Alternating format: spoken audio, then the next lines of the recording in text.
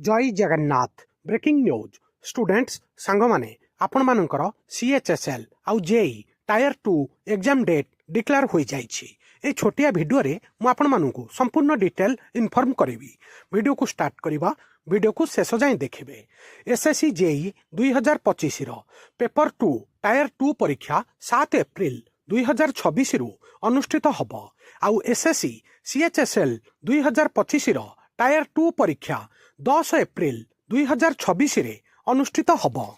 एटा देखि पारुथिबे आपण माने एसएससी रो ऑफिशियल नोटिफिकेशन जेउथिरे कुहा जाइछि जे जूनियर इंजीनियर सिविल मेकानिकल आउ इलेक्ट्रिकल एग्जाम टायर 2 पेपर आपण मानकर 7 एप्रिल 2026 रु कंडक्ट होबाकू जाउछि। जेउ माने एसएससी जेई रो एग्जाम प्रिलिम क्वालिफाई करिसंती समस्तिं को ऑल द बेस्ट। आउ जेउ माने क्वालिफाई करि नाहंती सांग माने मन दुख करिवार किछि नै। नेक्स्ट चांस मिलिबो, अपॉर्चुनिटी मिलिबो, आपण माने प्रिपरेशन पढ़ा पढ़ी जोर सोर रे करंतु।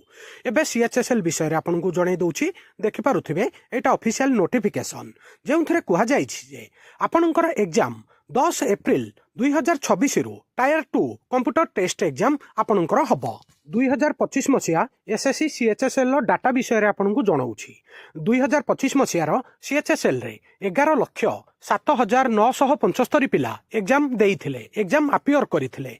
फॉर्म तो बहुत भरिथिले किंतु 11 लाख पिला परीक्षा देइथिले।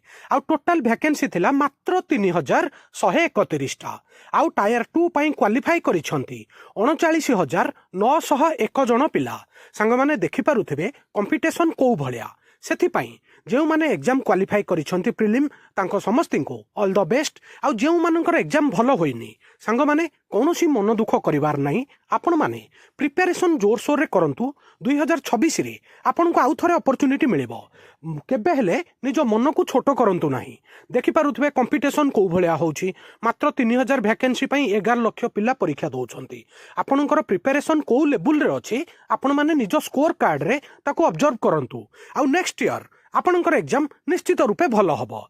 पिला माने आउ गोटे बड़ पॉइंट आपन को जणे दउछि, आजिकाली कंपटीशन बहुत टफ होबारे लागिछि। दिनकु दिन आहुरी टफ हबो। आ प्रति वर्ष कंपटीशन मार्केट को 10 लाख पिला एंट्री करूछंती। सेथि पई कौनसी भी मन दुख करिवार नाही। आपण निजर प्रिपरेशन भलरे जोर सोर रे जारी रखंतु।